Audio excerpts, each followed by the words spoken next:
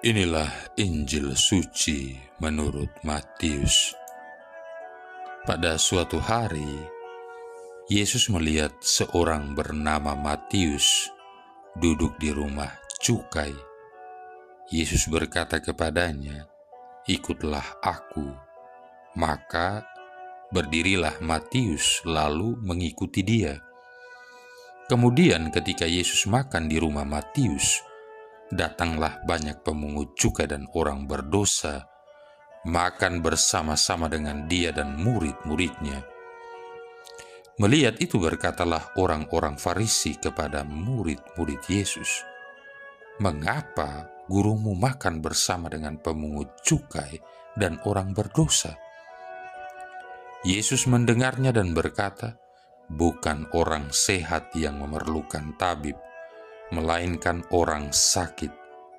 Maka pergilah dan pelajarilah arti firman ini.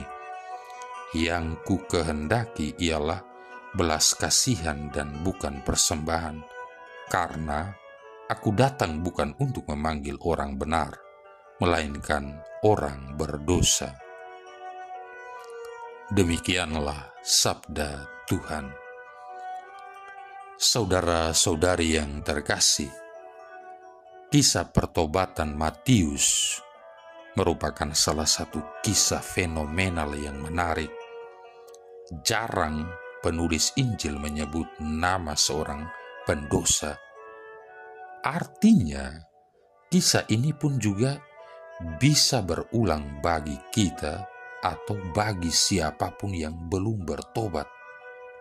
Ini merupakan kesaksian pribadi yang dituliskan oleh Rasul Matius sendiri. Bisa dibayangkan kalau saja Yesus tidak memanggilnya, Injil Matius bisa berganti cerita, doa Bapa kami pun mungkin tidak dituliskan di dalam Injilnya. Matius yang pemungut cukai disisihkan di antara bangsanya sendiri. Ia merasa terbuang, merasa tidak berharga. Pekerjaannya memang bergelimangan uang, tapi dinilai nista di hadapan bangsanya karena ia memungut pajak dari bangsanya sendiri untuk disetorkan bagi bangsa Romawi sang penjajah. Saat ia termenung, ia melihat rombongan Yesus melewati rumah pajak. Yesus disertai rombongan besar merupakan selebriti waktu itu. Mungkin dalam hati kecilnya ia berkata, "Orang seperti apakah Yesus ini? Pastinya orang baik sehingga bisa menarik perhatian begitu banyak orang."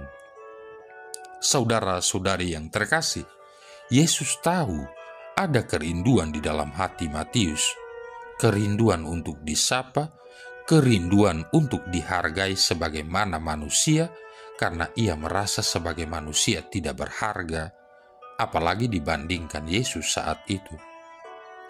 Kepekaan Yesus akan kebutuhan Matius membuat ia peduli dan melangkahkan kaki ke rumah cukai. Yesus menatap mata Matius tajam dan mengajaknya untuk ikut serta. Tentu saja Matius kaget setengah mati. Kok Yesus bisa tahu keinginannya?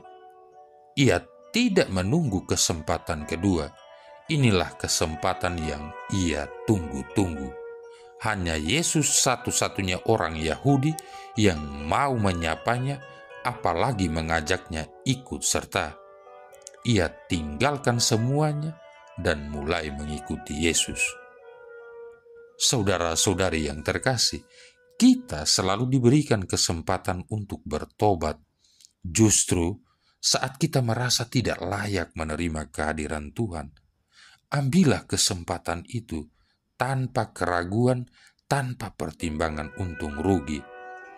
Karena di saat itulah Roh Kudus sendiri yang telah kita terima saat kita dibaptis mengingatkan kita, "Hai, ayo bertindak sekarang."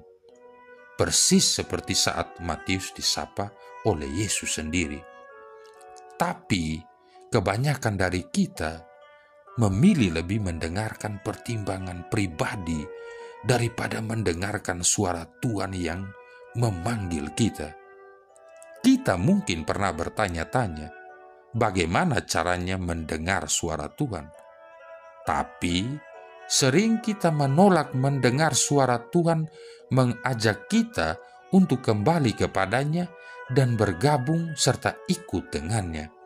Itulah panggilan yang lembut darinya, begitu lembutnya sehingga kita sering tidak memperdulikannya. Saudara-saudari yang terkasih, semoga kita selalu mengasah kepekaan hati kita juga untuk selalu mendengar ajakan Tuhan untuk kembali bergabung dengannya. Semoga juga kita semakin peka dan peduli melihat saudara-saudari kita yang membutuhkan sapaan dan pelukan untuk kembali kepadanya. Janganlah kita menjadi bagian dari kelompok yang senantiasa menghakimi orang-orang berdosa, karena kita pun juga adalah pendosa yang telah diberikan kesempatan bertobat. Jadi berikanlah juga kesempatan kedua bagi mereka semuanya. Bila matahari terbit setiap pagi, berarti selalu ada kesempatan kedua bagi siapapun untuk bertobat dan kembali kepada Tuhan. Berkat-Nya selalu baru setiap pagi, termasuk rahmat pertobatan bagi kita, bagi semua orang. Maka satu orang bertobat jauh lebih berharga bagi Tuhan dibandingkan orang-orang sehat yang ada. Pertanyaan untuk kita, siapakah kita? Apakah kita akan menjadi orang-orang yang mengaku diri yang sakit, yang berdosa, dan mohon pengampunan? Atau kita mengaku diri orang-orang yang merasa sehat, saleh, sehingga tidak lagi membutuhkan Yesus? Saudara-saudari yang terkasih, seorang umat pernah bercerita kepada saya bahwa istrinya selalu mengingatkan dirinya untuk selalu membawa sampah keluar rumah sesuai jadwal hari pemungutan sampah. Katanya, "Romo, ini bukan pekerjaan yang saya suka, tapi saya bertekad untuk menyelesaikannya, maka saya melakukannya. Tetapi setelah sampah-sampah itu berada di luar rumah, saya merasa lega, dan saya melupakan pekerjaan itu sampai minggu berikutnya." Saudara-saudari yang terkasih, kita memerlukan truk untuk mengangkut sampah yang sudah menimbun di rumah. Mirip dengan hal ini, kita juga perlu mengizinkan Yesus mengambil sampah dalam tanda petik yang sudah tertimbun di dalam hati kita. Apabila kita lupa membawa sampah tersebut keluar, maka rumah hati kita akan menjadi tampak kotor. Yesus ingin agar kita rutin membuang sampah dosa kita di kaki salib-Nya. Dia telah berjanji untuk membuang dan melupakannya. Akan tetapi sayangnya, sering kita mengaduk-aduk isi tempat sampah itu lagi dan berusaha mencari hal-hal yang belum siap kita buang. Misalnya, kebiasaan penuh dosa yang tidak ingin kita tinggalkan, hayalan yang masih ingin kita pertahankan, dendam yang masih ingin kita nyalakan. Mengapa kita masih ingin mempertahankan sampah-sampah itu?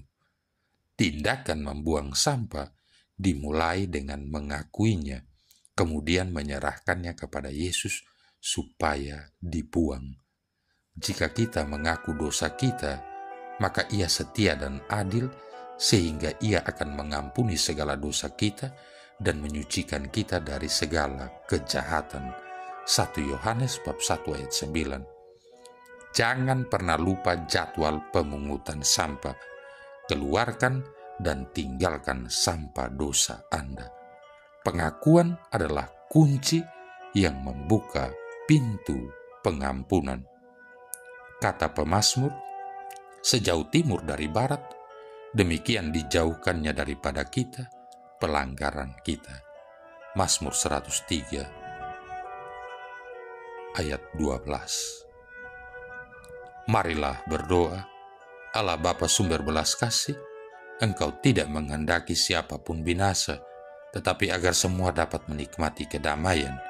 Kami mohon, semoga kami Kau jadikan pewarta kabar gembira dengan pengantaran Yesus Kristus Putra-Mu Tuhan kami, yang bersama dengan Dikau dalam persatuan Roh Kudus hidup dan berkuasa, satu Allah sepanjang segala masa.